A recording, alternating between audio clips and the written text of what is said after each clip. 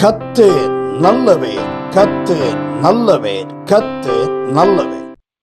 நேற்றைய முந்தின 2 நாட்களும் திராட்சை தோட்டக்காரர் என்ற தலையங்கத்திலே தொடர் செய்தியை 2 நாட்களாய் கேட்டோம். இது ஒவ்வொரு நாளும் திராட்சையை குறித்த ஒவ்வொரு பாகங்களாக, ஒவ்வொரு பகுதிகளாக, ஒவ்வொரு காரியங்களாக ஆண்டவர் நமக்கு விளங்க காட்டி வருகிறார், விளக்கி வருகிறார். இப்படிப்பட்ட வசன விளக்கங்கள், வியாக்கியானங்கள், வேத பாடங்கள் எல்லா இடத்திலும் கிடைக்காது. அதே சமயத்தில் ரொம்ப நாட்களுக்கு தொடர்ந்து கிடைக்கும் என்பதற்கு எந்த விதமான சுதந்திரம் ஆதாரமும் கிடையாது. ஆனா கிடைக்கிற சமயத்திலேயே நாம் அதை பெற்றுக்கொள்வது ரொம்ப நல்லது. பழைய ஏற்பாட்டு காலத்துல அதிகாலையில் வானத்திலிருந்து மன்னா வந்து ஒவ்வொருத்தருடைய கூடாரத்திலையும் விழுந்தது. எங்க பார்த்தாலும் மன்னா. அது உருட்சியா இருந்தது, வெள்ளையா இருந்தது, பணியாரம் போல இருந்தது, நல்ல சௌத்திரம் இனிப்பா இருந்தது, சமைப்பதற்கு ஏதுவா இருந்தது. இவை எல்லா இடத்துலயும் மன்னா நிறைய கிடைச்சது. ஆனா புதிய ஏற்பாட்டுல அப்படி கிடையாது. அப்பம் வந்து ஒரே அப்பம் தான் கிடைச்சது. ஒரே அப்பம்.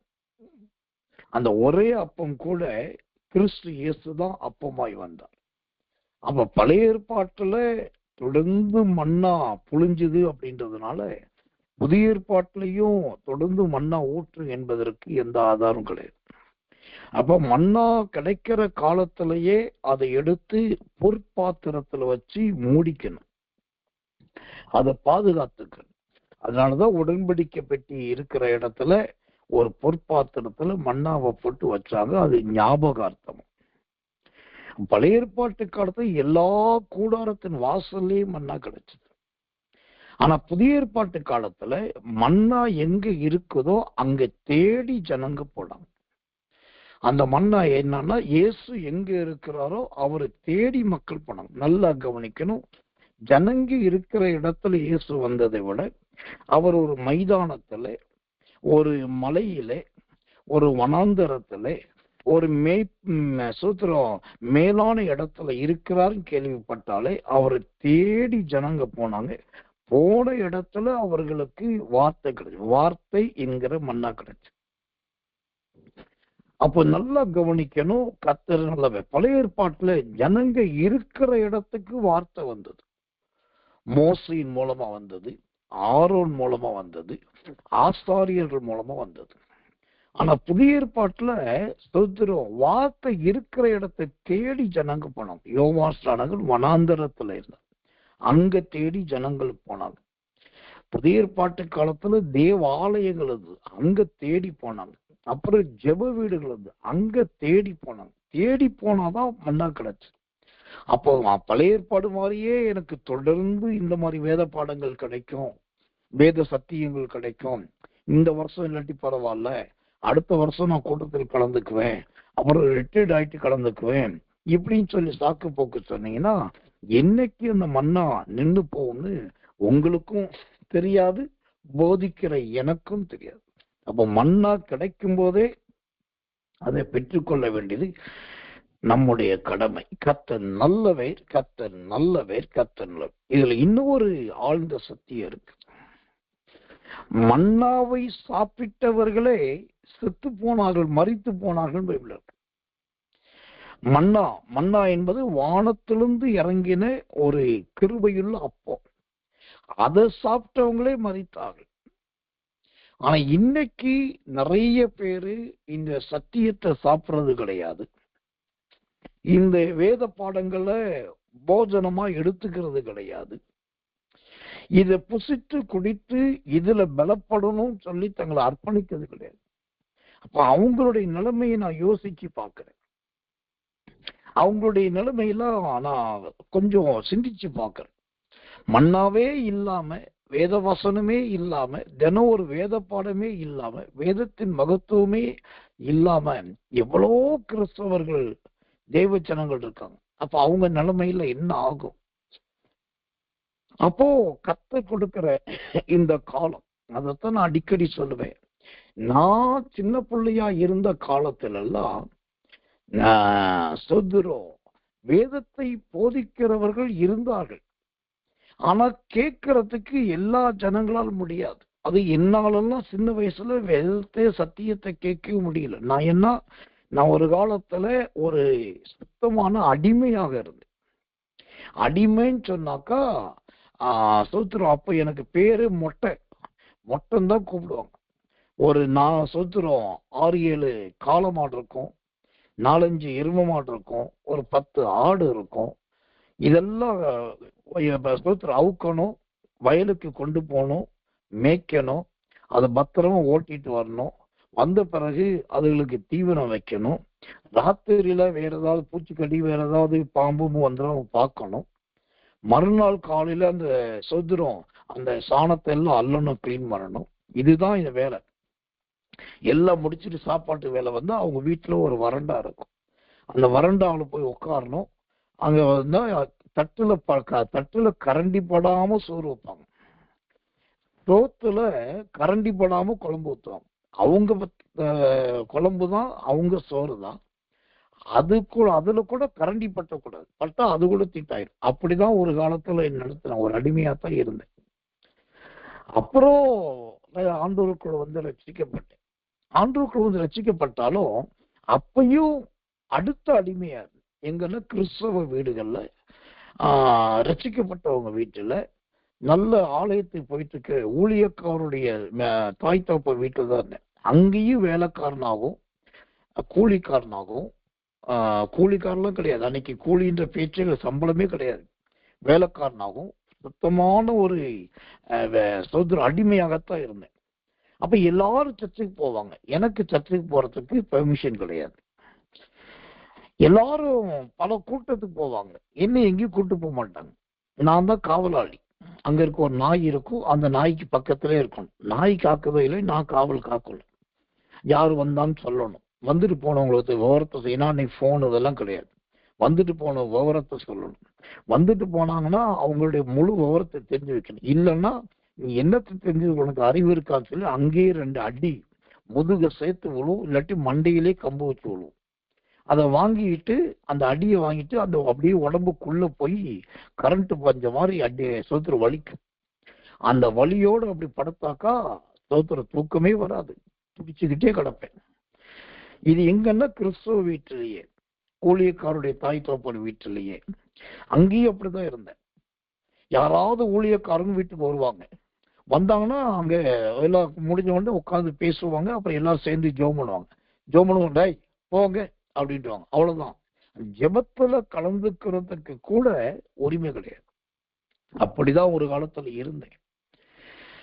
ஆனா அந்த அடிமைத்தனத்துல அவ்வளவு கொடுமையும் கொடூரத்திலையும் அந்த மிக மிக மிக மிக பாதிக்கப்பட்ட நிலைமையிலிருந்து மீண்டு வந்துதான் ஒரு யுத்த வீரனாகி தேவனுடைய அபிஷேகம் பெற்று, அந்த அபிஷேகம் அக்கினி அபிஷேகமாகி, அந்த அக்கினி அபிஷேகத்துல தைரியம், துணிச்சல், வேகம், வீரம், நிதானம், எப்படி பேசணும், யாரை பக்குவப்படுத்தணும், யாரோடு சிநேகம் பாராட்டணும், யாரை எப்படி ஃபேஸ் பண்றது, எப்படி ஓவர்டேக் பண்றது, எல்லாத்தையும் ஆவியானுடைய பலத்தினாலே கத்துக்கிட்டு, அதுக்கப்புறம் எனக்கு கிடைச்ச ஒரு ஓட்டை கிழிஞ்சு போன பைபிளை வச்சுதான் படிச்சு படிச்சு படிச்சு படிச்சு நானே படிச்சுதான் இந்த வேத பாடங்கள் எல்லாம் கத்துக்கிட்டேன். எந்த பைபிள் காலேஜுக்கும் போகல. பைபிள் காலேஜ்ல போயிட்டு யாரும் எனக்கு கற்றுக் கொடுக்கவும் இல்லை, அங்க போய் செய்யறதுக்கு எனக்கு வாய்ப்பும் கிடைக்கல. ஆனா கர்த்தருடைய சமூகத்துல உட்காந்து உட்காந்து உட்காந்து உட்காந்து குறைஞ்சது ஒரு 40 முறைக்கு மேல பைபிளை ஃபுல்லா படிச்சு முடிச்சு, அப்படி ஒண்ணு பரிசுத்த ஆவியின் பலத்தினாலும், 2வது வேதத்தை வாசிக்கிறதுக்கு கொடுத்த நேரத்தினாலையும் தான் இந்த வேதத்தை போதிக்கிறவனா, வசனங்களை அறிந்தவனா, அதை தெரிந்து கொண்டவனாய் மாறி. அப்போ எங்க காலத்துல ஏன் இது இவ்வளவு டீட்டெயிலா என்னோட அந்தரங்க காரியங்கள், என்னுடைய நான் அடிமை அந்த மகா அருவருப்பான சம்பவத்துல சொல்றேன்னாக்கா, அந்த காலத்துல போதிக்கிறவர்கள் இருந்தார்கள். ஆனா அதை கேட்கறதுக்கும் கை கொள்றதுக்கும் எங்களை மாதிரி ஆட்களுக்கு உரிமை இல்லை, வாய்ப்பு கொடுக்கல. அப்படி கொடுத்துட்டாக்கா என்ன ஆகும் நினைச்சாங்களோ என்னமோ தெரியல. ஆனா இந்த காலத்துல அப்படி இல்லை. என்ன ஒரு பெரிய வருத்தம்னாக்கா, எல்லா கையிலயும் மொபைல் போன் இருக்கு. ராத்திரில பல பேர் சாப்பிட்டுட்டு ரிலாக்ஸ்டா இருப்பாங்க, இனிமேதான் சாப்பிடுவாங்க, இல்லாட்டி ஹாயா இருப்பாங்க, மொபைல் நோண்டிட்டு இருப்பாங்க.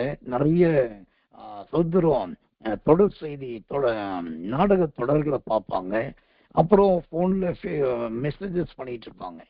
ஆனா அதெல்லாம் கொஞ்சம் அவாய்ட் பண்ணிட்டு ஒரு மணி நேரம் தேவ செய்தி கேட்போமே அப்படின்னு சொல்லி நிறைய பேருக்கு அந்த அறிவும் கிடையாது, அந்த சத்தியம் நீ கிடைக்காதே என்கிற பயமும் கிடையாது.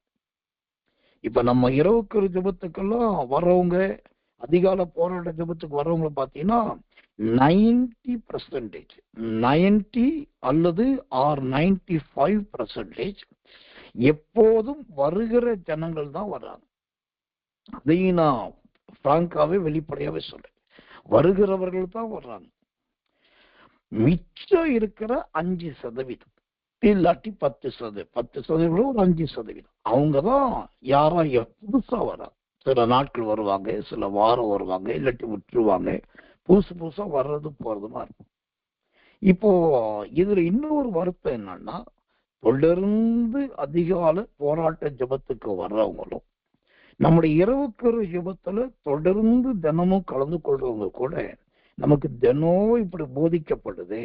ஒரு திராட்சைன்னு ஒரு வார்த்தை எடுத்துக்கிட்டு ஒரு மாசமா அதையே உரிச்சு, அதையே கசக்குன்னு கசக்கி, அதையே நசுக்கி, அதையே புளிஞ்சு, அதையே வேறையா போதிக்கிறாங்களே. இந்த மாதிரி கேட்டது இல்லையே. நம்ம 4 பேர் சத்தம் போடுவோம், அவங்கள கூப்பிட்டு உட்கார வைப்போம், 4 பேருக்கு சொல்லி அவங்கள ஜெபத்துக்கு இழுத்துட்டு வருவோம்னு சொல்லி கூட இப்ப தினம் வர்றவங்களுக்கு கூட அந்த யோசனைகள், அந்த ஏவுதல்கள் அதிகமா கிடையாது. நானும் ஒரு காலத்துல இதுக்காக ரொம்ப முட்டுனேன், மோதுனேன், அழுதேன், ஆண்டுகிட்ட கேட்டேன், ஜெபித்தேன். அதுக்கப்புறம் பார்த்தேன், சொல்கிறோம் வருகிறவர்களுக்கு நாம் செய்யற ஊழியத்தை செய்கிறோம். ஏன் நம்ம ரொம்ப போட்டு ட்ரெயின் பண்ணணும்? ஒரு மனிதனுக்காக சிலருடைய எண்ணிக்கையை கூட்டணும், ஒரு இன்க்ரீஸ் பண்ணணும், ஒரு சொல்கிறோம் கவுண்டிங் அதிகமாகணுன்றதுக்காக ஏன் அந்த அளவுக்கு தலைகளால் நிற்கணும்? தேவையில்லையே. சொல்கிறோம், நான் பூமியில் உயர்ந்திருக்கும் போது எல்லாரும் என்னிடத்தில் இழுத்து கொள்ளுவேன்னு சொன்னார். அப்ப யாரை இழுத்துட்டு வரணும்னு அவருக்கு விருப்பமோ அவரு இழுத்துட்டு வரட்டும்.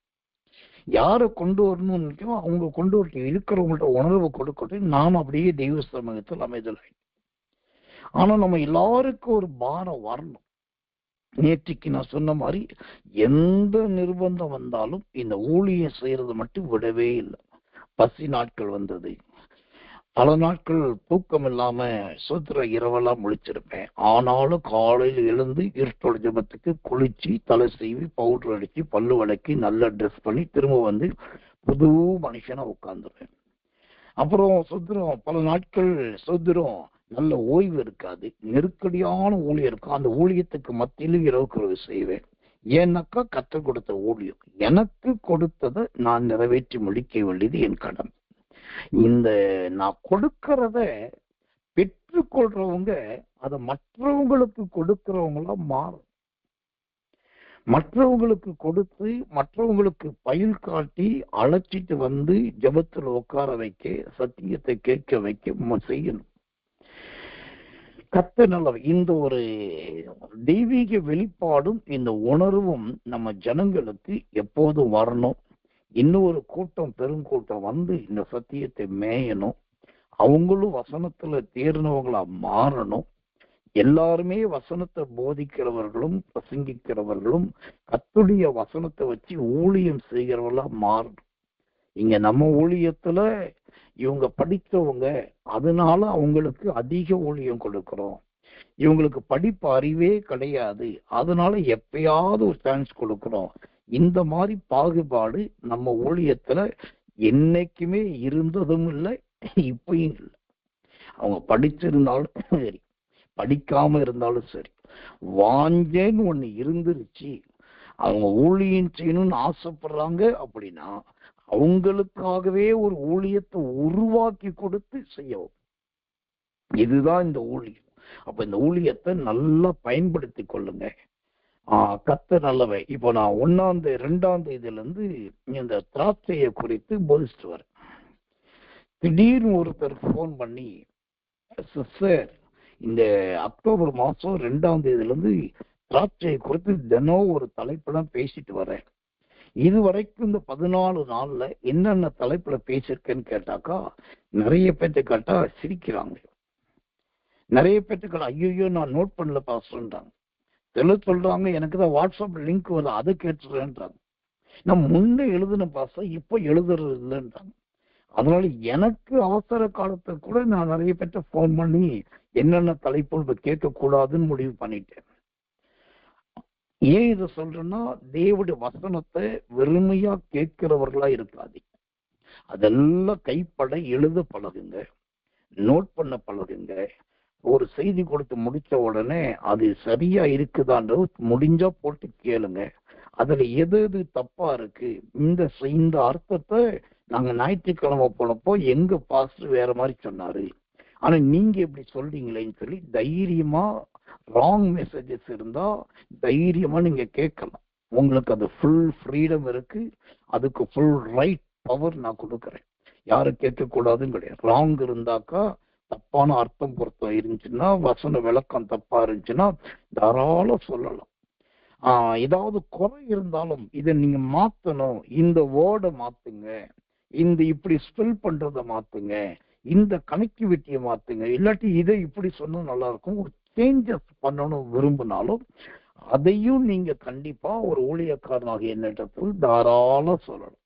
உங்களுக்கு அதெல்லாம் என்ன தெரியும், நீங்க எதுக்கு தலையிடுறீங்க, அதெல்லாம் சொல்லக்கூடாது, எனக்கு தெரியும் இப்படின்னு சொல்லி மற்றவர்கள் சொல்லுவதை போல ஒரு காலம் நான் சொல்ல மாட்டேன். நீங்க சொன்னா அதை நான் யோசிப்பேன், அது சந்தோஷமா ஏற்றுக்கொள்ளும். அது சின்ன பிள்ளைகள் சொன்னாலும் சரி, பெரியவங்க சொன்னாலும் சரி. அப்ப தேவ செய்தியில இதெல்லாம் கவனமா இருங்க. நான் அதான் அடிக்கடி சொல்றது மாதிரி, நான் இப்பயும் பல பரிசுத்தவான்கள், பல தேவ மனிதர்கள், அதாவது கடந்த காலத்துல பூமியிலே கடந்த காலத்தில் இருந்து உன்னதமான தேவனுடைய ஊழியக்காரர்கள் அழைக்கப்பட்டவர்கள் யார்களோ அவர்களுடைய ஜீவியத்தின் சாட்சி எல்லாம் போட்டு கேட்கறது உண்டு. அவங்களுடைய கர்த்தருடைய வார்த்தையெல்லாம் போட்டு கேட்கறது உண்டு. ஒரு நேரமும் வீணாய்க்கு அதுக்கு இடம் கொடுக்கிறது கிடையாது. அப்போ இன்னைக்கும் அந்த பரிசுத்தவான்களுடைய அடிச்சுவடுகளை பின்பற்ற வாஞ்சித்து கொண்டிருக்கிறேன். இந்த நல்ல பழக்கம் என் நன்கு விசுவாச பிள்ளைகளாகிய உங்களுக்கு கண்டிப்பா வரணும். இப்ப நான் சொன்னது எல்லாமே ஒரு தேவ கிருபை நிறைந்த ஆலோசனை. இது கர்த்தர் சொன்னார் அப்படின்னு நான் பொய் சொல்ல விரும்பல. என்னுடைய ஆவியில உணர்த்தப்பட்டேன், கர்த்தர் எனக்கு தெய்வன் பாரத்தை கொடுத்தாரு சொல்லி இருக்கிற அவ்வளவுதான். இந்த ஆலோசனைகளை ஏற்றுக்கொள்ளுங்க, சுதந்திரம் இதுகளை கடைபிடிக்க பழகுங்க, மற்றவர்களை ஆதாயம் பண்ணி ஜெபத்துக்கு கொண்டு வர பாருங்க. கால தேவன் சத்தியங்களை கொடுத்து கொண்டிருக்கும் பொழுதே இந்த சத்தியங்கள் எல்லாம் சுத்திரம் பெற்றுக்கொள்ளுங்க. அப்ப அதுக்கேற்ற நன்மையை கர்த்தர் உங்களுக்கு அதிகமாய் கொடுப்பாராக. கர்த்தர் நல்லவேர், கர்த்தர் நல்லவேர், கர்த்தர் நல்லவர்.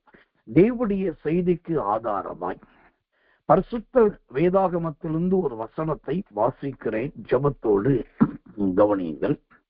1 சாமுவேலின் புஸ்தகம், கர்த்தர் நல்லவேர், கர்த்தர் நல்லவேர். 2 சாமுவேலின் புஸ்தகம் 16ஆம் அதிகாரம் 1வது வசனம். 2 சாமுவேல் 16:1.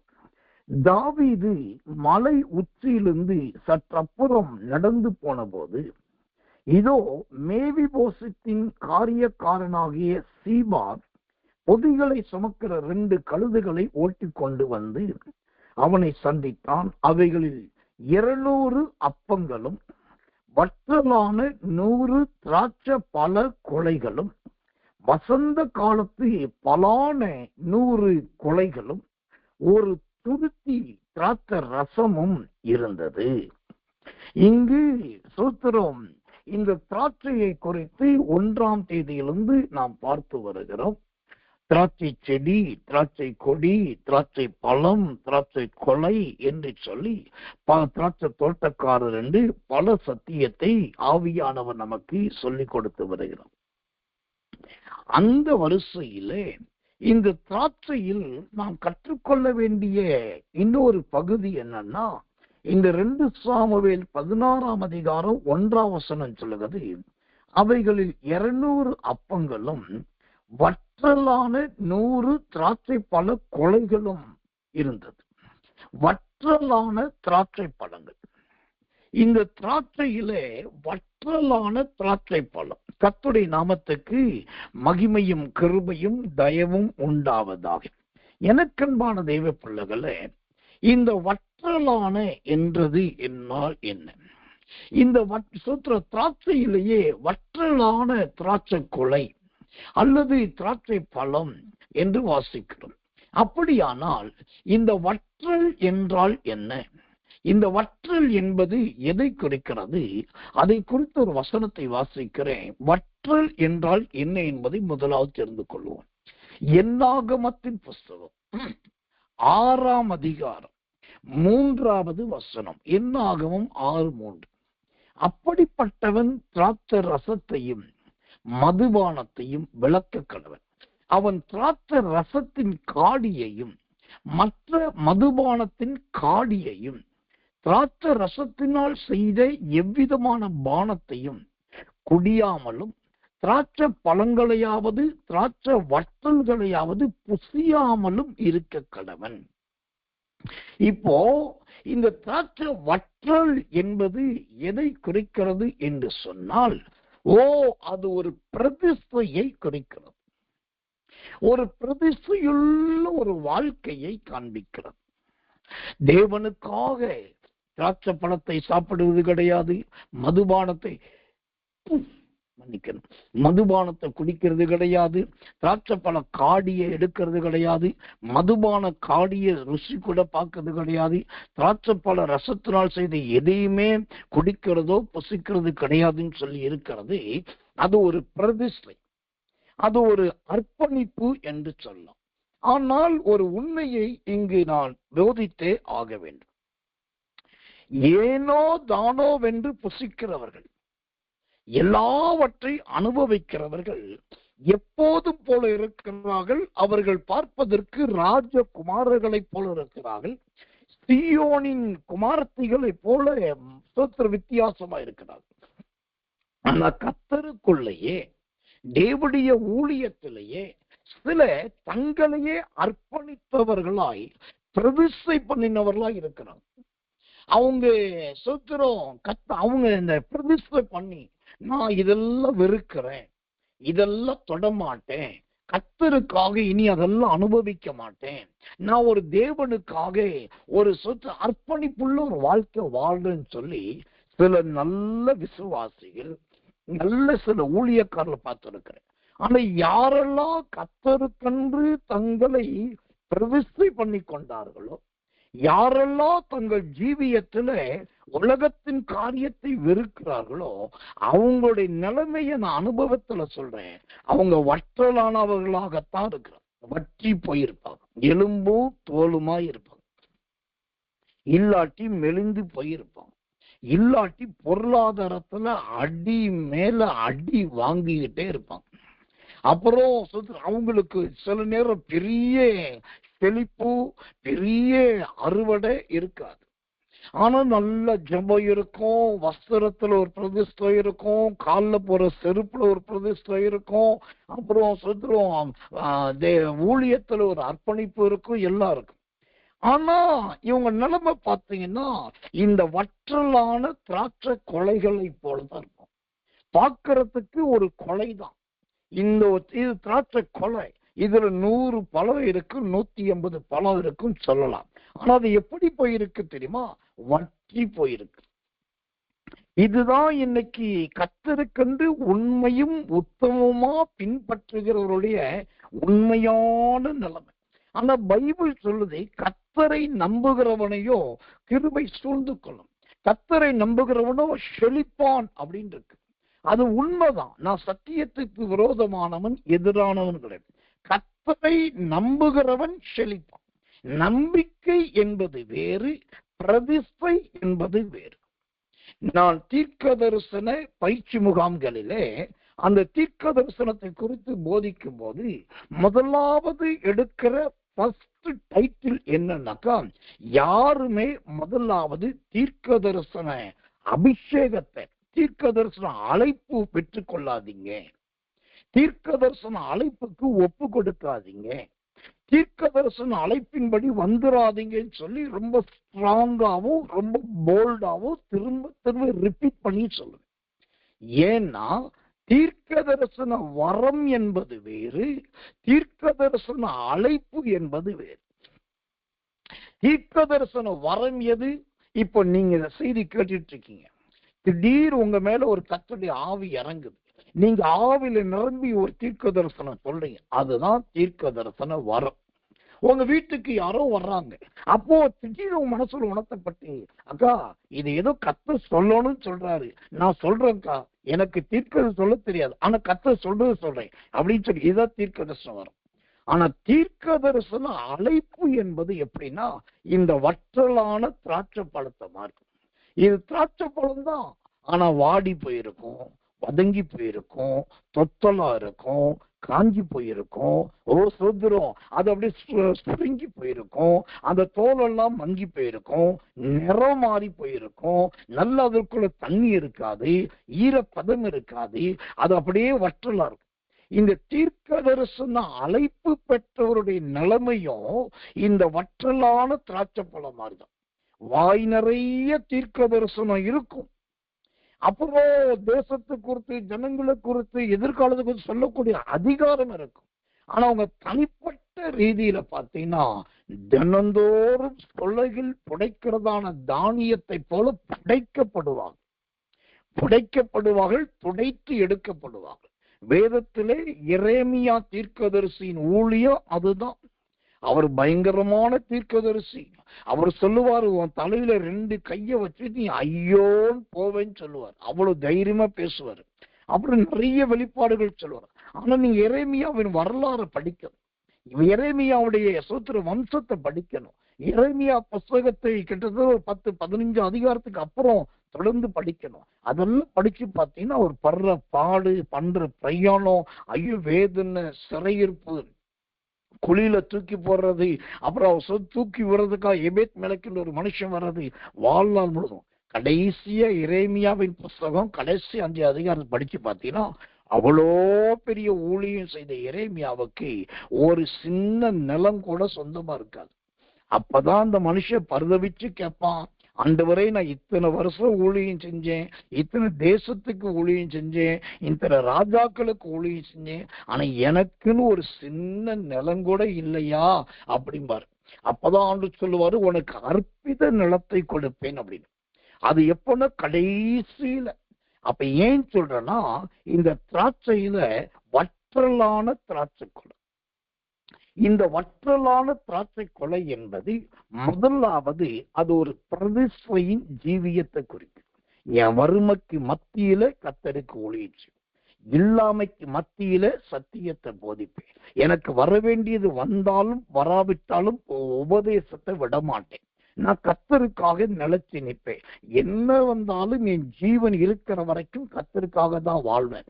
இப்படியெல்லாம் ஒரு தீர்மானம் பண்ணி, ஒரு பிரதிஷ்டை பண்ணி, தங்களை கர்த்தருக்காகவே ஆக்கி கொண்டவர்கள், தன் கர்த்தருக்காகவே தங்களை பிரதிஷ்டை பண்ணி கொண்டவர்கள் தான் இந்த வற்றலான திராட்சை கொலைகள். இதுல பெரிய ஒரு ரகசியம் என்ன தெரியுமா? அந்த வசனம் சொல்லுது, 1 சாமுவேல் 16 அதிகாரம் 1 வசனம் சொல்லுது, வற்றலான 100 திராட்சை பல கொலைகள். இந்த திராட்சை ஆனது இப்ப என்ன ஆச்சு? வத்தி போயிருச்சு. பிரதர் சிஸ்டர் நல்லா கவனிக்கணும், இது ஒரு ஆழ்ந்த சத்தியம். இது வத்தி போயிருச்சு, இது காஞ்சி போயிருச்சு, இது சுருங்கி போயிருச்சு, தோலெல்லாம் கோடு விழுந்துருச்சு, ரசமெல்லாம் வெளியே போயிடுச்சு. ஆனாலும் இது இந்த நிலைமைக்கு, ஆனாலும் வசனம் என்ன சொல்லுது? அது கர்த்தர் நல்லவே, கர்த்தர் நல்லவே 100 மடங்கு உள்ளதா இருக்கு. 100 வற்றலான 99 கூட கிடையாது. இயேசு கிறிஸ்துவின் நாட்கள்ல ஒரு மெய்ப்பனுக்கு 100 ஆடு இருந்துச்சு, ஆனா அதுல ஒரு ஆடு காணாம போயிடுச்சு. அங்க 99 ஆட்டை அவன் வனாந்தரத்துல அனாதைய விட்டுட்டு போயிட்டான் இருக்குது. ஆனா இங்க திராட்சை கொலையில அந்த 99 கூட கிடையாது, கரெக்டா 100. இது எதை குறிக்கிறது தெரியுமா? இன்னைக்கு இந்த செய்தியை கேட்கிற நீங்க உங்க தனிப்பட்ட வாழ்க்கையில கர்த்தருக்காக அற்பித நிலமா ஒப்பு கொடுத்தவர்கள், கர்த்தருக்காக வற்றலான திராட்சை கொலைய போல கர்த்தருக்காக இந்த வற்றலான அனுபவத்தை நீங்க போகலாம். ஆனா உங்களுக்கு ஒரு பலன் இருக்கு பிரதர், உங்களுக்கு ஒரு பிரதிபலன் இருக்கு சிஸ்டர். அது என்ன? 100 மடங்கு ஆசீர்வாதம், 100 மடங்கு ஆசீர்வாதம். எனக்கன்பான தெய்வ பிள்ளைகளே, இந்த தேவனுக்கென்று இருக்கிறவர்களை ஆண்டவர் ஒரு நாளும் அவ்வளவு சீக்கிரத்துல அற்பமாய் விட்டு விடுவது கிடையாது. அதைத்தான் நான் சொல்றேன். அப்படி ஒருவேளை விட்டு இருந்தாருனாக்கா நானே இன்னைக்கு ஊழியத்துல இருந்திருக்க மாட்டேன். அப்ப தேவன் விடுவது கிடையாது. அதனாலதான் இங்க பைபிள் சொல்லுது 100 சூத்திரம் பலம் என்று பார்க்கிறோம். இந்த 100 என்பதே தேவனுடைய ஆசூத்திரம் ஏராளமான விளைச்சல்களை காண்பிக்கிறது. கர்த்தர் நல்லவர், கர்த்தர் நல்லவர், கர்த்தர் நல்லவர். எனக்கன்பான தெய்வ பிள்ளைகளே, இந்த 100 மடங்கு ஆசீர்வாதத்தை மகிமையின் தேவனாகிய கர்த்தர் உங்களுக்கு தருவதற்கு போதுமானவரும் அது தந்தருவதற்கு வல்லவருமாயிருக்கிறார். கர்த்தர் நல்லவர். இந்த 100 மடங்கை குறித்து ஒரு வார்த்தை வாசிக்கிற பாருங்க. 100 மடங்கை குறித்து, அப்பொழுது யோவாப் ராஜாவை பார்த்து, ராஜாவாகிய என் ஆண்டவனே, கண்கள் காணும்படி உங்களுடைய தேவனாகிய கர்த்தர் ஜனங்களை இப்பொழுது இருக்கிறதை பார்க்கலும் 100 மடங்கு அதிகமாய் வர்த்திக்க பண்ணுவாராக. அல்லேலூயா. இந்த திராட்சை வற்றலான திராட்சை கொலையில எத்தனை பழம் இருக்குன்னா 100 பழம் இருக்கு. இந்த 100 பழம் என்ன ஆகுதான்? இந்த 2 சாமுவேல் 24:3 படி அது அதிகமா வர்த்திக்க பண்ணப்படும், அதிகமா வர்த்திப்பா. எப்போ? வற்றலான பிறகுதான். இப்ப நல்லா கவனிக்கணும். சூத்திரம், மரத்துல இருந்து ஒரு மாம்பழத்தை, நிறைய மாம்பழத்தை பறிக்கும். ஒரு பை நிறைய, ஒரு கூடை நிறைய, நிறைய மாம்பழத்தை பறிக்கும். அந்த நிறைய மாம்பழத்தை பறிச்சாலும் அந்த எல்லாத்துலயும் நல்ல ஜூஸ் இருக்குது, நல்ல சொலை இருக்குது, நல்ல திங்கிறதுக்கு அருமையா இருக்குது. சொல்றோம் சேலத்து மாம்பழம் போல நல்லா இருக்குது. ஆனா இது எல்லாமே அடுத்து மரமா மாறப்போறது கிடையாது. அந்த மாம்பழத்துல ஒரு மாம்பழத்தை தின்னுட்டு அதுக்குள்ள இருக்கிற கொட்டையை எடுத்து நல்ல வெயில்ல போட்டு, அந்த கொட்டை காஞ்சதுக்கு அப்புறம் அந்த கொட்டைய உடைச்சி பார்த்தா அந்த மான் கொட்டைக்குள்ள ஒரு விதை இருக்கும். அந்த விதையை எடுத்து மண்ணுல போட்டோம் அப்படின்னாக்கா அந்த சோத்திரம் காஞ்ச சோத்திரம் உடைக்கப்பட்ட அந்த விதையில இருந்து அழகான மாங்கன்னு வரும். அந்த மாங்கண்ணை கொஞ்சம் கண்ணுங்கருத்துமா காப்பாத்திட்டோம்னாக்கா அந்த மாங்கண்ணை தான் அடுத்து மான் செடியா மாறும். மான் செடியா மாறினது அடுத்தது மாங்கொப்பு மாறினது அடுத்து மரமா மாறி, மரமா மாறி மாங்காயும் கொடுக்குது, பழமும் கொடுக்குது, பூவும் கொடுக்குது.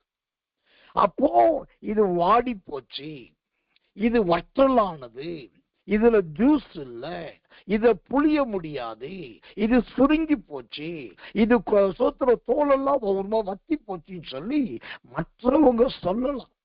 உங்க வாழ்க்கை உங்களுக்கே அப்படி தெரியலாம். ஆனா ஒரு ஊழியக்காரனா நான் சொல்றேன், வற்றலா இருக்கிற உங்களுக்குள்ளதான் இந்த மாங்கொட்டைக்குள்ள இருந்து மரத்தை வளர்க்கிற மாதிரி உங்களுக்குள்ள ஒரு பெரிய அபிஷேகத்தை ஆண்டவர் வைத்திருக்கிறார். தேவனுக்கு மகிமை உண்டாவதாக. கர்த்தர் நல்லவே. ஒரு ஸ்தேவான் என்கிற மனுஷன் அப்போஸ்தலர் நடபடிகள் 6ஆம் அதிகாரம் 7ஆம் அதிகாரத்துல அவர் சொல்ற ஒரு மாங்கொட்டை தான், ஒரு சாதாரண மனுஷன் தான். அடிச்சு கல் எரிஞ்சி சொத்துரும் கற்குவில குவிச்சு கொண்டு போட்டாங்க. அவர் மாங்கொட்டைய கொண்டு போய் பூமிக்குள்ள புதைக்கிற மாதிரி ஸ்தேவான கல்லாலேயே மூடியாச்சு. ஆனா அந்த மாங்கொட்டை வீணா போகல. அந்த மாங்கொட்டை என்னைக்கு கல்ல போட்டு மூடுனாங்களோ அதை பார்த்துக்கிட்டு இருந்த சவுல் தான் ஒரு பெரிய மரமா மாறினாரு.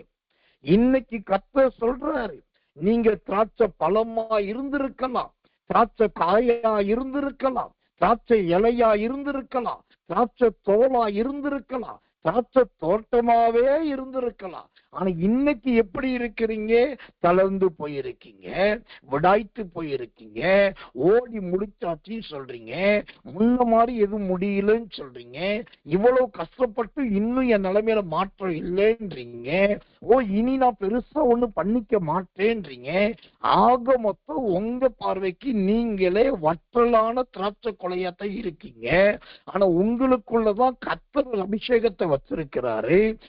சோத்திரம் 100 என்று சொன்னா அது அதிகமாய் வர்த்திக்க பண்ணப்படுதல். அப்படின்னா யாருக்காக இந்த பிரயாசப்பட்டீங்க? எதற்காக இந்த பிரயாசப்பட்டீங்க? ஆண்டவருக்காக என்ன தியாகம் பண்ணீங்க? தேவ நாமத்துக்காக எதை விட்டீங்க? கர்த்தருடைய ஊழியத்துக்காக எவ்வளவு சகிச்சீங்க? உங்களுக்கு தான் சொல்றேன், அந்த 100 மடங்கு பலனை கர்த்தர் வைத்திருக்கிறார். வற்றலான திராட்சை கொலைதான். அதுல 100 சோத்திரம் 100 பழங்கள் இருக்கிறது. அதுல இன்னொரு பியூட்டி என்ன தெரியுமா? இப்ப நான் முதலாவது சொன்னேன், வற்றல் அப்படின்னா பிரதிஷ்டை. அந்த பிரதிஷ்டை பண்ணப்பட்ட வற்றலான பழம் தான் என்னவா மாறுது? 100 மாறுது. 100னாக்கா அதிகமா வர்த்திக்க பண்ணப்படுது. அதுல இன்னொரு ரகசியத்தை பாருங்களேன். அந்த 1 சாமுவேல் 16ஆம் அதிகாரம் 1ஆம் வசனம் சொல்லுது, வற்றலான 100 திராட்சை பல கொலைகள். வற்றலான திராட்சை கொலைகள். இன்னொரு இடத்துல வற்றலான கொலைகள் இருக்கு.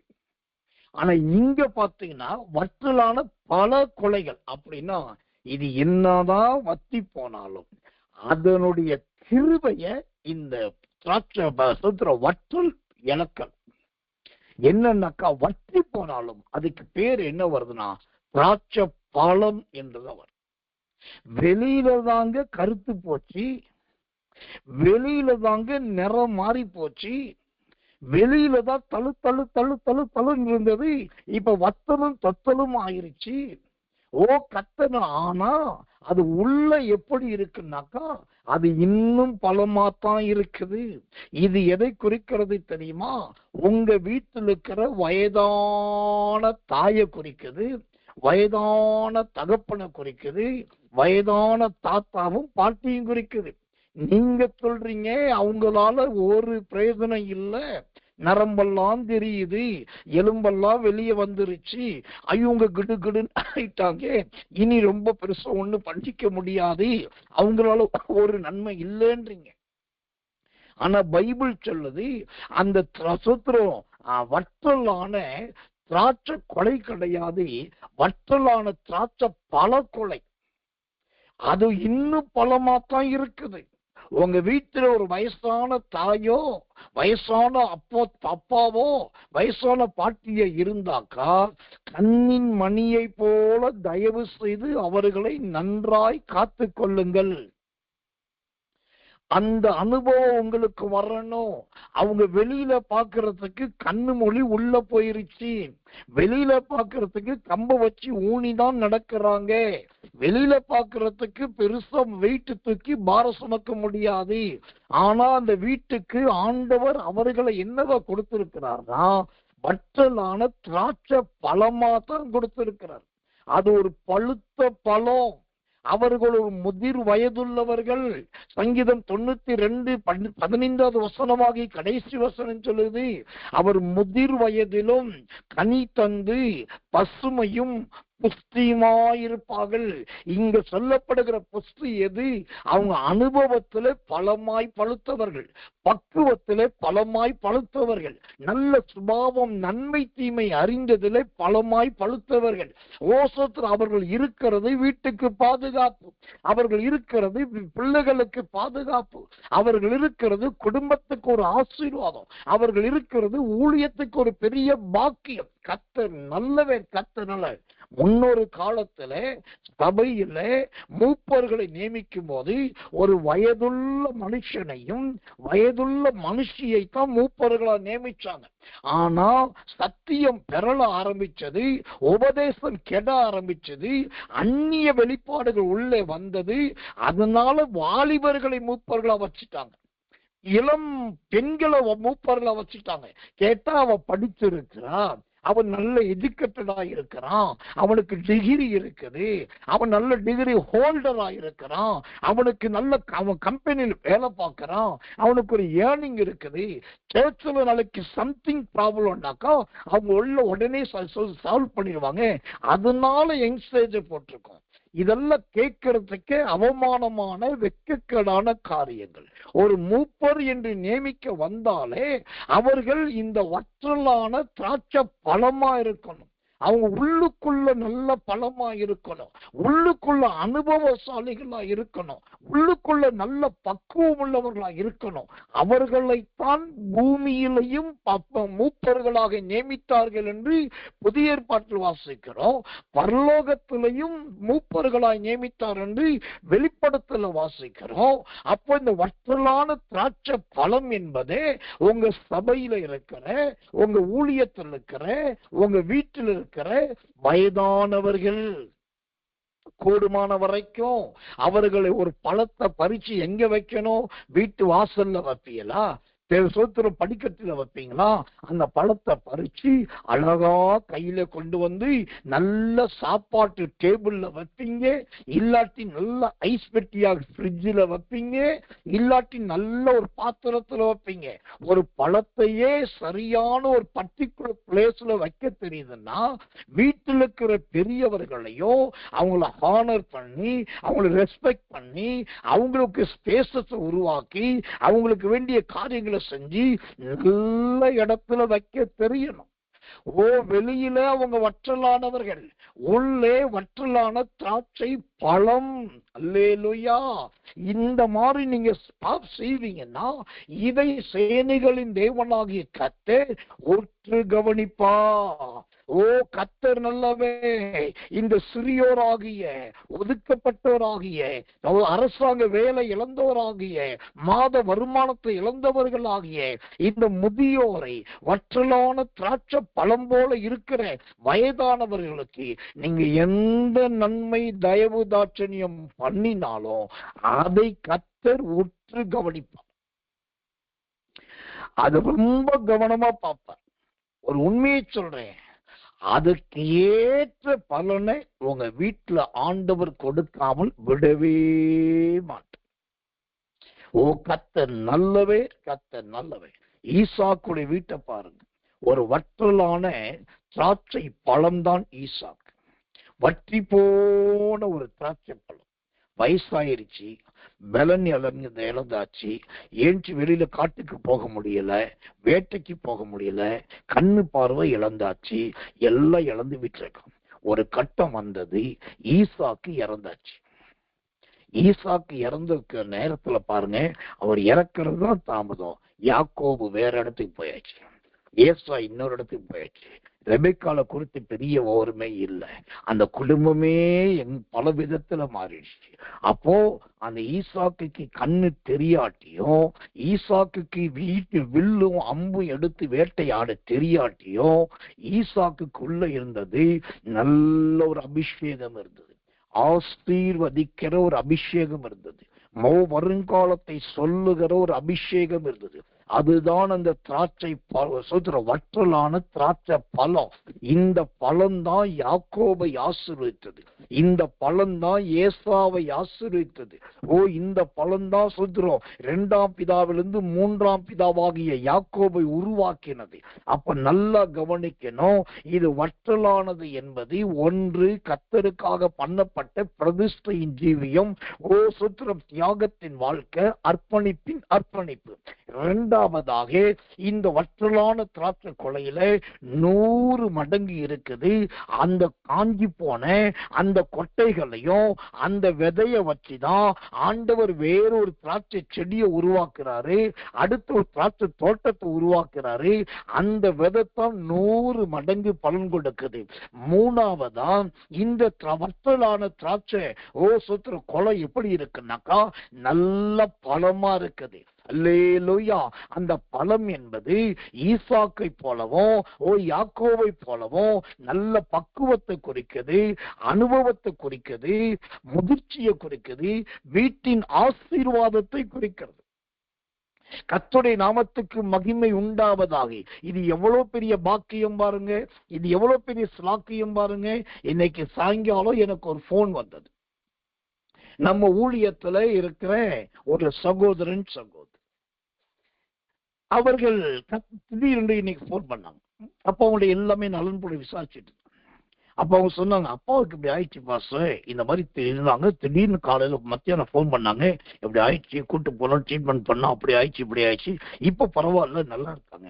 அப்புறம் அவங்க அம்மாவுக்கு சொல்லிட்டு அப்ப நான் கேட்டேன், அவங்களுக்கு அப்பாவுக்கு என்ன வயசுன்னு கேட்டேன். அப்பாவுக்கு 85 வயசு, அம்மாவுக்கு என்ன வயசுன்னு கேட்டேன். அவங்களுக்கு 80 வயசு ஆயிடுச்சு பாஸ். நான் உடனே சொன்னேன், ரொம்ப சந்தோஷம், கர்த்தருடைய கிருபை இல்லாட்டி இத்தனை வருஷம் உயிரோடு இருக்க முடியாது. இன்னைக்கு உயிரோடு இருக்காங்க, இந்த பலவீனத்திலையும் தப்பிச்சு வந்துட்டாங்கல்ல, ரொம்ப சந்தோஷம், நல்லா பார்த்துக்கணும். அப்பதான் அவங்க சொன்னாங்க, வேற வழியே இல்லை பாஸ், அவங்களை ஏதாவது ஒண்ணு எங்களை தாங்க முடியாது, உடனே ஓடுறோம், நாங்க அவங்களை பாக்குறோம், அவங்களை சேர்க்கிறோம், அவங்களை தூக்கிட்டு போறோம், வேண்டி எல்லாம் பண்ணிட்டு இருக்கோம். இன்னைக்கு வரைக்கும் கிருபையா கர்த்தர் வச்சிருக்கோம். நான் சொன்னேன், இன்னும் ரொம்ப வருஷம் வச்சிருப்பேன், அவங்க இருக்கிறது உங்களுக்கு ஆசீர்வாதம் தான் அப்படின்னு.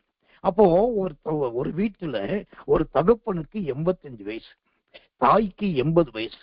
அதுல அவரு வெள்ளூர் சிஎம்சில ஒரு மெயின் ஸ்டாஃபா இருக்காரு. அங்க சுத்திர காலையில போன நைட்டு வரைக்கும் வேலை. இப்ப அதையும் பார்த்துக்கிட்டு எந்த நேரத்துல தகப்பனுக்கு எது வந்தாலும் ஓடி வந்து, எந்த நேரத்துல தாய் போன் பண்ணா உடனே பறந்து வந்து அவங்களையும் தூக்கி எடுத்து பார்த்து பராமரிச்சு உதவி செய்து நன்மை செஞ்சு எல்லாத்தையும் பார்த்து அவங்களுக்கு ஒரு தீங்கு வராம இன்னைக்கு அவங்க இருக்கிறாங்கன்னாக்கா எனக்கு என்ன தெரியுதுன்னா, அவங்க இந்த சோத்துல தாயும் தகப்பனையும் இரு கண்களை போல பார்க்கிறார்களே, கண்டிப்பா அந்த குடும்பத்தை ஆண்டவர் மகிமையாய் ஆசீர்வதிப்பார், மகிமையாய் ஆசீர்வதிப்பார். ஓ கர்த்தர் நல்லவர், கர்த்தர் நல்லவர், கர்த்தர் நல்லவர். எனக்கன்பானவர்களே, ஒவ்வொரு தேவ பிள்ளைக்கும் இப்படிப்பட்ட ஒரு நல்ல பக்குவம் வேண்டும், இப்படிப்பட்ட நல்ல ஒரு சுத்திரமா குணம் வேண்டும். அது ரொம்ப முக்கியம், ரொம்ப அவசியம். கர்த்தராகிய தேவன் அதை எதிர்பார்க்கிறார். என் கர்த்தர் நல்லவர், கர்த்தர் நல்லவர், கர்த்தர் நல்லவர். முதலாவது பார்த்தோம், அது வற்றலானது, அது பிரதிஷ்டையின் ஜீவியம், அர்ப்பணிப்பு, தேவனுக்காக சகித்தல், தாங்குதல் என்றெல்லாம் பார்த்தோம். இரண்டாவதாக பார்த்தோம், கர்த்தர் நல்லவன், அந்த வற்றலானது 100 மடங்கு பலன் கொடுக்கிறது என்று பார்த்தோம். தேவனுடைய நாமத்துக்கு மகிமை உண்டாவதாக. மூன்றாவதாக பார்த்தோம், அது வற்றலா இருந்தாலும் நல்ல பழமாய் இருந்தது, அது வற்றலான திராட்சை பழமாய் இருந்தது. இப்போ இந்த வற்றலான திராட்சை பழத்துல 4வது ஒரு பெரிய அபிஷேகம் இருக்கு பாருங்க. 4வது ஒரு பெரிய அபிஷேகம் என்னன்னா, அந்த 1 சாமுவேல் 16:1 திரும்ப வாசிக்கிறேன். அதில் சொல்கிறோம், கர்த்தர் நல்லவர், கர்த்தர் நல்லவர், அவைகளில் வற்றலான 100 திராட்சை பழ கொலைகளும். கர்த்தர் நல்லவர், கர்த்தர் நல்லவர், கர்த்தர் நல்லவர். 100 திராட்சை பழ கொலைகள். இப்போ இந்த வற்றலான திராட்சை பழம் 4வது என்ன ரூபத்தை எடுத்திருக்கு, 4வது எந்த சாயலை தரித்திருக்கு, 4வது தன்னை எப்படி காண்பிக்குதுன்னா, நான் என்னைக்கு தனிமை கிடையாது, நான் ஒத்தையில இருக்க மாட்டேன், எனக்கு ஒரு பழக்கம் இருக்கு, என்கிட்ட யாரெல்லாம் வர்றாங்களோ அவங்களெல்லாம் நான் சேர்த்துக்குவேன். இப்ப இந்த வற்றலான திராட்சை பழத்துல அந்த பழம் எப்படி கொலை கொலையா இருக்கு, அது கொலையா இருக்குன்னா 100 பழம் இருக்குன்னா வெறும் 100 பழம் மட்டும் இல்லைங்க, அந்த 100 பழத்தை தொங்க வச்சிட்டு இருக்கிற 100 காம்பு அங்க இருக்குது. அந்த காம்புல தான் 100 பழம் இருக்குது. இப்ப அந்த பழத்தை ஒண்ணு எடுத்து பிரிச்சு பார்த்தா அந்த 100 பழத்துக்குள்ள 100 விதை இருக்குது. 100 காம்பு இருக்குது, 100 பழம் இருக்குது, 100 விதை இருக்குது. இப்ப அந்த விதைய பார்க்கணும்னாலே விதைக்கு மேல என்ன இருக்குன்னா 100 தோல் இருக்குது. ஓ கத்ததல்வை, இப்போ அந்த சோத்திர கொலை அந்த 100 காம்பு இருக்குல்ல, அது எங்க வெறும் காம்பா இருந்தா கொலையா இருக்குமா? இருக்காது.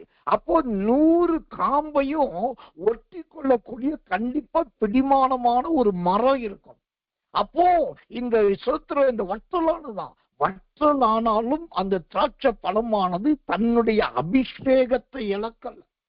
அது என்ன செய்து எல்லாரையும் இழுத்து போடுது.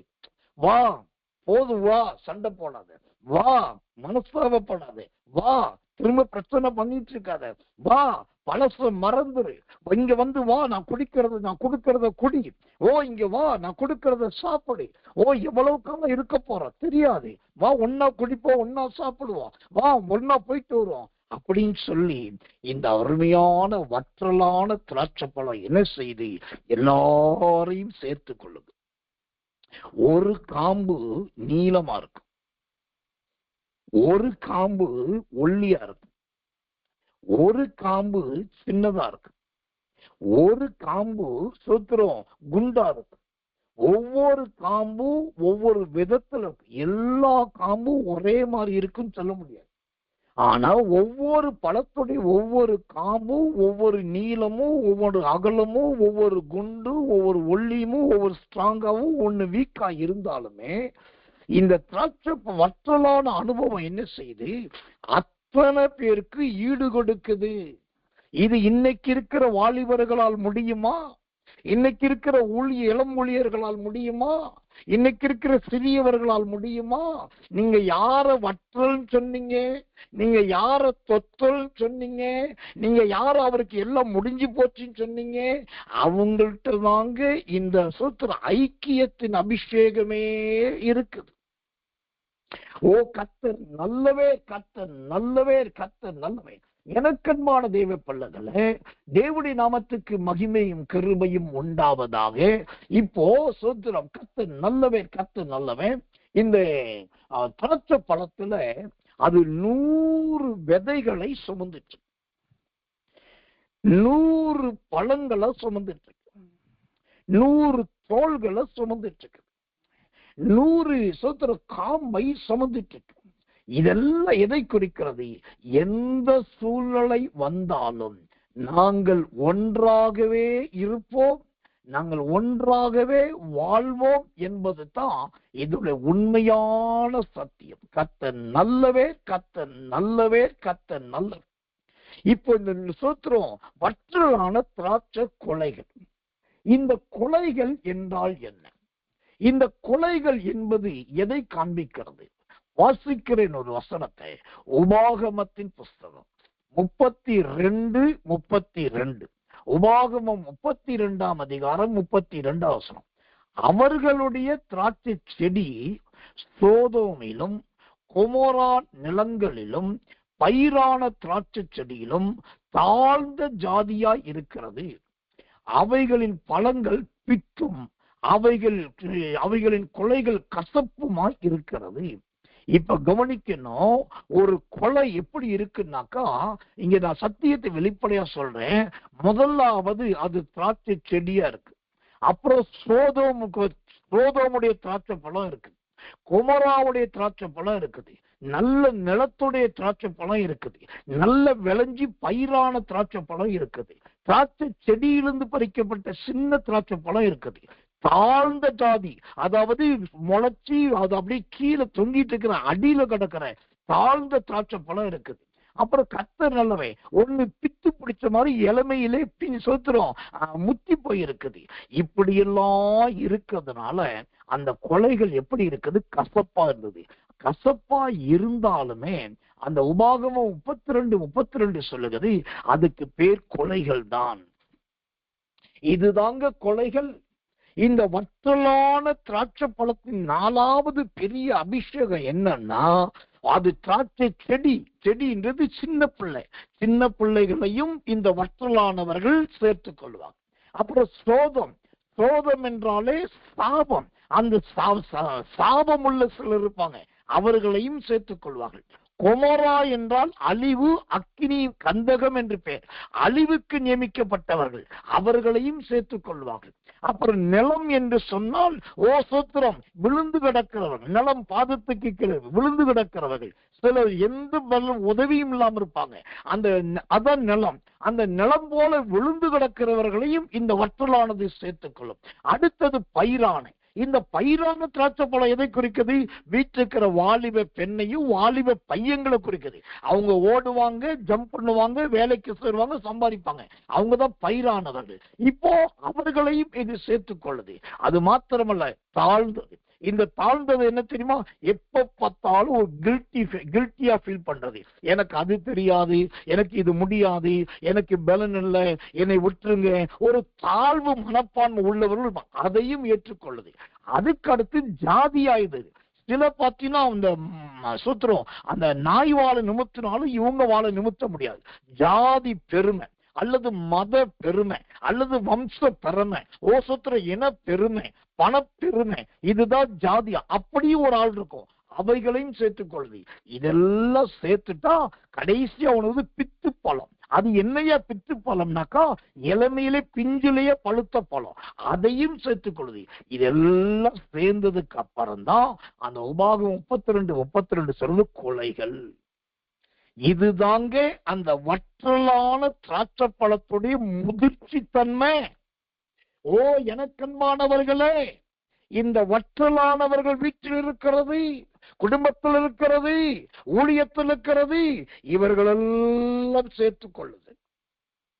அந்த கொலைகள் என்பது பலதரப்பட்டவர்களை, பல மொழி பேசுகிறவர்களை, பல ஜாதிக்காரர்களை, பல இனக்காரர்களை, பலதரப்பட்டவர்களை சேர்த்து கொண்டு, நான் கர்த்தருக்குள் ஒலிவ மரமாயிருக்கிறேன், நான் கர்த்தருக்குள் நீ இளமையும் பசுமையுமாய் கனி கொடுக்கிற மரமாயிருக்கிறேன், நான் நீர்க்காலுக்கு ஓரமாய் நடப்பட்டேன், தன் காலத்தில் தன் கனியை கொடுக்கிற அந்த மரமாயிருக்கிறேன். என்கிட்ட வாங்க, உங்களுக்கு தண்ணி கொடுக்கிறேன், என்கிட்ட வாங்க, உங்களுக்கு நிழல் கொடுக்கிறேன், என்கிட்ட வாங்க, உங்களுக்கு இலை கொடுக்கிறேன், என்கிட்ட வாங்க, உங்களை பழுக்க வைக்கிறேன், என்கிட்ட வாங்க, உங்களை காய்க்க வைக்கிறேன், என்கிட்ட வாங்க, உங்களுக்கு பலன் கொடுக்க வைக்கிறேன்னு சொல்லி இந்த வற்றலான திராட்சை பழம் தான் இவ்வளவு வேலை செய்து. ஆனால் இந்த சத்தியமும் அநேகருக்கு தெரியல, இந்த பக்குவமும் அநேகருக்கு தெரியல. அவங்களுக்கு வயதானவர்களை கண்டாலே காய்மகாரமா பகைக்கிற பகத். அவங்க அந்த வீட்டுக்கே ஒரு பாரம், குடும்பத்துக்கே ஒரு பாரம், சபைக்கே ஒரு பாரம், ஊழியத்துக்கே ஒரு பாரம். இது எதுக்காகத்தான் முண்டு கட்ட மாதிரி இங்க நிக்குது.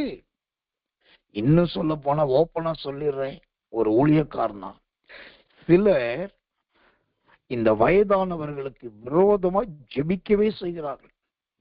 இந்த பாட்டி, இந்த அம்மா இறந்துட்டாக்கா அந்த ரூம் எனக்கு கிடைச்சிடும், இனி ஆண்டவரே புருஷனும் கிடையாது, அது ஒண்ணும் பண்ண போறதும் கிடையாது, எதுக்கு ஆண்டவரே சீக்கிரம் அழைத்துக்கொள், ஆண்டவரே பாட்டியும் கிடையாது, இந்த ஆள் வேலைக்கு வெளியே போறதும் கிடையாது, வீட்டுக்குள்ள எதுக்கு ஆண்டவரே சுத்திகரித்து எடுத்துக்கொள்ள ஆண்டவரை சொல்லி எத்தனையோ பேர் அந்த முதியவர்களுக்கு தெரியாமலே ஜெபிக்கிறாங்க. ஆனா ஒண்ணு தெரிந்து கொள்ளுங்க, சத்தியத்தை சத்தியமா சொல்லு, அந்த வற்றலான திராட்சை பழம் தான் அந்த முழு குடும்பத்தையும் ஒரு கொலையா காப்பாத்திச்சு. ஒருவேளை இந்த வற்றலான திராட்சை பழம் சோதரி செத்து போச்சு, அது மண்ணுக்குள்ள போயிருச்சுன்னு வச்சுக்கோங்களேன், எல்லா பழமும் உதிர்ந்து போயிடும், எல்லா பழமும் உதிர்ந்து போயிடும். இதுல ஒரு அருமையான ஒரு சத்தியம் இருக்கிறது. தேவனுடைய நாமத்துக்கு மகிமையும் கிருபையும் தயவும் உண்டாவதாக. 1 நாளாகமத்தின் புஸ்தகம் 12ஆம் அதிகாரம் 40வது வசனம் என்று நினைக்கிறேன். நான் இன்னைக்கு வேதத்தை தியானிக்கும் போது என்ன ரொம்ப ஆச்சரியப்படுத்துச்சு. 1 நாளாகமும் 12ஆம் அதிகாரம், கர்த்தர் நல்லவர், கர்த்தர் நல்லவர், 40வது வசனத்தை மன்னிக்கணும். 1 சாமுவேல் 30ஆம் அதிகாரம் 12ஆம் வசனம் நினைக்கிறேன். அங்க ஒரு மனுஷன் வர்றான். அந்த மனுஷனுக்கு இந்த வற்றலான திராட்சை பழத்தை கொடுக்கறாங்க. இந்த வற்றலான திராட்சை பழத்தை சாப்பிட்ட உடனே அவன் என்ன ஆகுது, அவனுக்குள் ஜீவன் வந்தது என்று வேதம் சொல்லுது. அந்த சாக போன மனுஷனுக்குள்ள உயிர் வந்துருச்சு. வாசிக்கிறேன். 1 சாமுவேலின் புஸ்தகம் 30ஆம் அதிகாரம் 12வது வசனம். திரும்ப சொல்றேன். 1 சாமுவேல் 30:12. அத்திப்பழ அடையின் ஒரு துண்டையும் வற்றலான 2 திராட்சை பழ குலைகளையும் அவனுக்கு கொடுத்தார்கள். அதை அவன் சாப்பிட்ட பின்பு அவனுடைய உயிர் திரும்ப அவனுக்குள் வந்தது. அல்லேலூயா. வற்றலான 2 திராட்சை பழ குலைகளை அவனுக்கு கொடுத்தார். அதை சாப்பிட்டவுடன் அவன் உயிர் அவனுக்குள் திரும்ப வந்தது. ஆமென். இதுதாங்க சத்தியம். ஒரு மனுஷன் வழியில போயிட்டு இருக்கான். அங்க ஸ்தோத்திரம், இன்னொரு கூட்டம் வருது. இவனை பார்த்து மயங்கி கிருகிருன்னு சுருண்டு போய் விழுந்து போய் அவன் சாக பழக்கி கிடக்கிறான். உடனே வற்றலான 2 திராட்சை பழ கொலையை தூக்கி கொடுக்கறாங்க. அவன் சாப்பிடுறான். சாப்பிட்ட உடனே அவன் உயிர் அவனுக்குள் வருது. என்ன அர்த்தம் தெரியுமா? உங்க வீட்டில் இருக்கிற வற்றலான அந்த திராட்சை பழத்தினாலதான் நீங்க இன்னைக்கு உயிரோடு இருக்கீங்க. உங்க அக்கிரமம் உங்களை கண்டிக்கல, உங்க மீறுதல் உங்களை பட்சிக்கல, உங்களுடைய பாவம் இன்னை சொத்துற உங்களை மேற்கொள்ளல. ஏன்னா உங்க வீட்டுல கர்த்தர் வைச்சிருக்கிறதானே அந்த வற்றலான திராட்சை பழம் இருக்கு பாருங்க, அது உங்க உயிருக்காக போராடிட்டு இருக்கு. இவனை காத்துக்கொள்ளுங்க, ஆண்டவரை ஜீவனை கொடுங்க, வாரிக்கொள்ளாதீங்க, அடிச்சிடாதீங்க, தண்டனை தந்துடாதீங்க, ஆண்டவரை காப்பாத்துங்க, இவளுக்கு சந்ததியை தாங்க, அவளுக்கு ஒரு பிள்ளைய தாங்க, ஐயோ சொல்லி இவங்க அடுத்த ஒரு வேலையை தாங்க, இவங்களுக்கு ஏதாவது செய்யுங்கன்னு சொல்லி அந்த வற்றலான பழம் தாங்க இங்கு உயிர் கொடுக்குது. இது வற்றலான பழம் நினைக்காதீங்க. இந்த வற்றலான பழம் நினைச்சாக்கா அது யாருக்கு உயிரை கொடுக்க முடியும்? அது தன் உயிரை கொடுக்காது. ஆனால் அந்த சோத்திர சாக வேண்டியவர்களை உயிரோடு வர வைக்கக்கூடிய ஒரு விசேஷித்த அபிஷேகம் இந்த வற்றலான திராட்சை பழத்தை. கடைசியே சொல்லி முடிக்கிறேன். நம்ம கிறிஸ்தவ சபைகளிலையும் கிறிஸ்தவ ஊழியங்களையும் கிறிஸ்தவ பிரசங்கங்களையும் திராட்சை பழத்தையும் திராட்சை ரசத்தை குறித்துதான் பேசுறமே தவிர இந்த வற்றலான திராட்சையை குறித்தெல்லாம் யாரு திரும்பி கூட பாக்குறது இல்லை. பைபிள்ல கூட இது வற்றி போய் தான் கிடக்குது. ஆனா திரும்பவும் சொல்றேன், இந்த வற்றலான திராட்சை பழத்தை குறித்து கொஞ்சம் யோசிச்சிங்க, திரும்ப படிச்சிங்க, அதை கொஞ்சம் தியானிச்சிங்க, அதுல இருக்கு என்னன்னு கண்டுபிடிச்சிங்கன்னா, ஓ அபிஷேகத்தோடு சொல்றேன், இன்னைக்கு ராத்திரியே உங்க வீட்டுக்குள் ஒரு உயிர் கொடுக்கிற வல்லமை வந்துடும். இன்னைக்கு ராத்திரியே ஒரு உயிர்த்தெழுதலின் அபிஷேகம் வந்துடும். இன்னைக்கு ராத்திரியே ஒரு உயிர் மீட்சி வந்துடும்.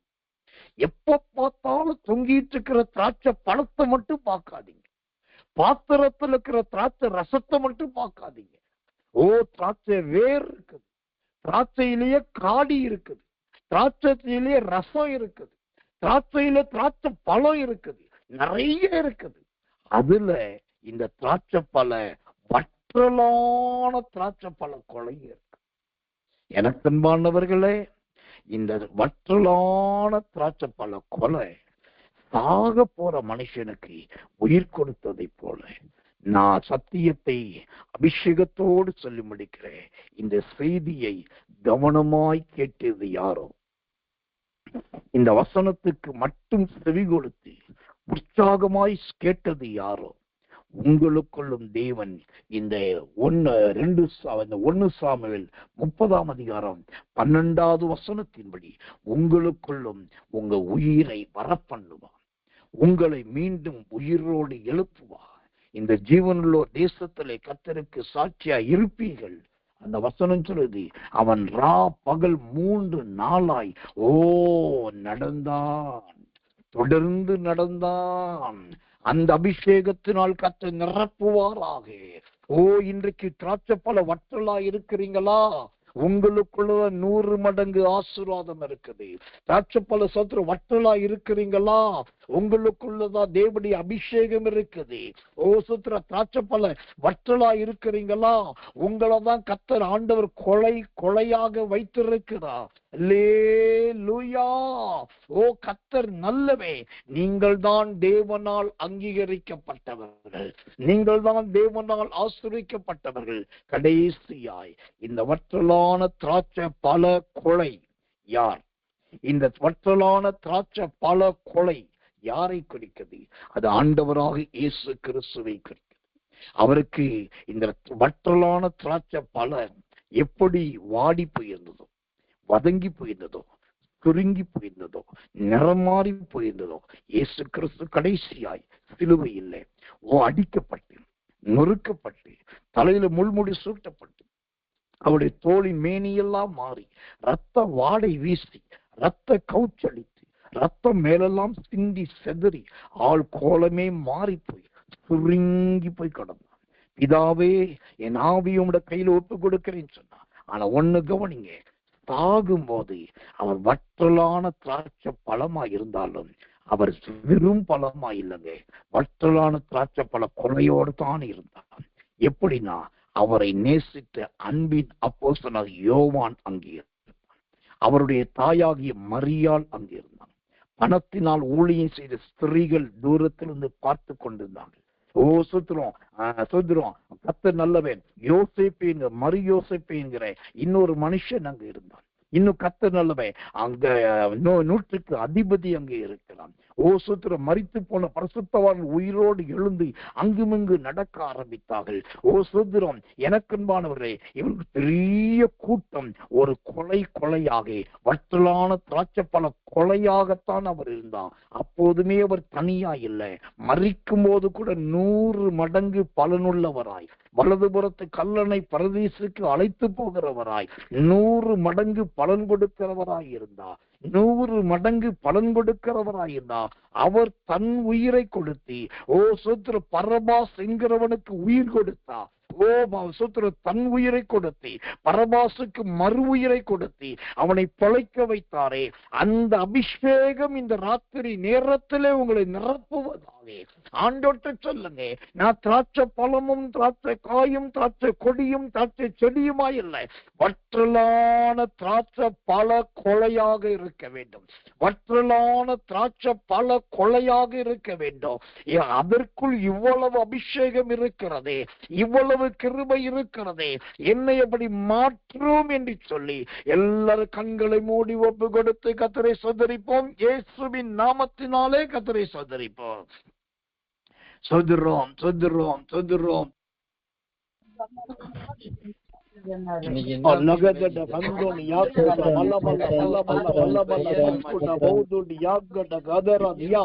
ಅಂಗಡ ಗೆತ್ತಿನ ಯಾಂದನ ಮೌದುಡಿ ಎಂದಡ ಮೌದುಡಿ ಯಾಕರ ಬಲ ಬಲ ಬಲಲ ಲಕ್ಕಲ್ ಲಾಲ ಲಗದಲ್ಲ ಬಲ ಲಗದಡ ಬಾಲ ಲಗದಡ ಗೌತು ರಗದಡ ಕಂದಿ ದಗದನ್ನ கத்து தனம கட்டா டகதரதி எல்லாரும் சோதரம் பண்ணுங்க. ஆண்டவரே, இந்த ராத்திரி நேரத்துல அந்த ஒரு அபிஷேகம் என்னை நிரப்ப வேண்டுமே, அந்த ஒரு கிருபை என்னை நிரப்ப வேண்டுமே. அது வற்றலான திராட்சை பழ கொலைதான் ஆண்டவரே. அது வற்றலா இருந்தாலும் ஓ அவைகளுக்குள் இவ்வளவு கிருபைகளை வைத்திருந்தீரே, 100 மடங்கு ஆசீர்வாதத்தை வைத்திருந்தீரே. ஓ கர்த்தர் நல்லவே. அது நல்ல திராட்சையாய் வைத்திருந்தீரே, அது நல்ல பழமாய் இருந்தது, அது நல்ல கொலையாக இருந்தது. ஓ கர்த்தர் நல்லவே, கர்த்தர் நல்லவே. இந்த நாளத்தனையான அபிஷேகம் இந்த ராத்திரி வேளையிலே என் மகனுக்கு வேண்டும், என் மகளுக்கு வேண்டும், மருமகளுக்கு வேண்டும், மருமகனுக்கு வேண்டும், எனக்கு வேண்டும். ஆண்டவரே, ராஜ்யம் சேருகிற வரைக்கும் ஒரு வற்றலான திராட்சை பழ கொலையாய் மாற்றும். நாங்க ஒன்றாய் இருக்க வேண்டும், ஒரு தகப்பன் பிள்ளைகளாய் இருக்க வேண்டும், ஒரு அப்பத்தை புசிக்க வேண்டும், ஒரு பாத்திர தண்ணீரை குடிக்க வேண்டும். நாங்க சோதமா இருந்தாலும், கொமோராவா இருந்தாலும், ஆண்டவரே பிஞ்சா இருந்தாலும், நிலத்தில் கடந்தாலும், எல்லா ஒரு கொலைக்கு கீழே இருக்கத்தக்கதாய், ஒரு கொலையில இருக்கத்தக்கதாய் ஆண்டவரே தேவன் உதவி செய்வீராக. எல்லாரையும் கட்டி அணைக்கிற அன்பின் கயறினாலே எங்களை நிரப்பும் என்று சொல்லுங்க. எங்களுக்குள் காணப்படுகிற மார்க்க பேதங்கள் மாறுவதாக, ஏற்றத்தாழ்வுகள் மாறுவதாக, உயர்வு தாழ்வுகள் மாறுவதாக. ஆண்டவரே சோதரமையா, வித்தியாசம் பார்க்குதல் மாறுவதாக. எல்லாருக்கும் ஒரே ஆவி வருவதாக, ஒரே சிந்தை வருவதாக, ஒரே எண்ணம் வருவதாக. நாங்கள் ஒரு தகப்பன் பிள்ளைகள், ஒரு அப்பம் புசிக்கிறவர்கள், ஜீவ தண்ணீரை குடிக்கிறவர்கள், ஆண்டவரே எங்கள் குடும்பமா ராஜ்யத்தை சுதந்திரிக்கிறவர்கள். எங்களுக்கு அந்த பாக்கியத்தை தருவீராக. எல்லா பிரிவினை ஆவிகள் மாறுவதாக, கசப்பின் ஆவிகள் மாறுவதாக. இயேசுவின் நாமத்தினாலே வற்றலான திராட்சை பல கொலைகளாக தேவனை மாற்றுவீராக. நன்றி ஆண்டவர். அவருடைய கிருபையோட பிள்ளைகளை நிரப்பட்டு, அபிஷேகோட பிள்ளைகளை நிரப்பட்டுங்க தாவே. இது வெறும் கதையாக அல்ல, இது வெறும் பிரசங்கமாக அல்ல. இந்த செய்தி உடைய பிள்ளைகளை வாழ்க்கையின் அடிப்படையாய் மாற்றுவதாக. இப்படிதான் இருக்க வேண்டும் என்கிற ஞானாந்திரியத்தை கர்த்தர் கொடுத்தருளுவீராக. நானும் இப்படிதான் வாழ வேண்டும் என்கிற வைராக்கியத்தை கொடுப்பீராக. அந்த வற்றலான திராட்சை பல கொலை ஆண்டவரே சாக போகிறவனுக்கு உயிர் கொடுத்ததை போல, அவனுக்கு மீண்டும் உயிரை வர வைத்ததை போல நாங்கள் அநேகருக்கு உயிர் கொடுக்கிறவர்களாய், அநேகருடைய உயிரை திரும்ப வர வைத்து பிழைக்க வைக்கிறவர்களாய் எங்களுக்கு உதவி செய்யும் ஐயா. கிருபையே மிக்க ஸ்தோத்திரம். நன்றி பிதா. ஆமென், ஆமென்.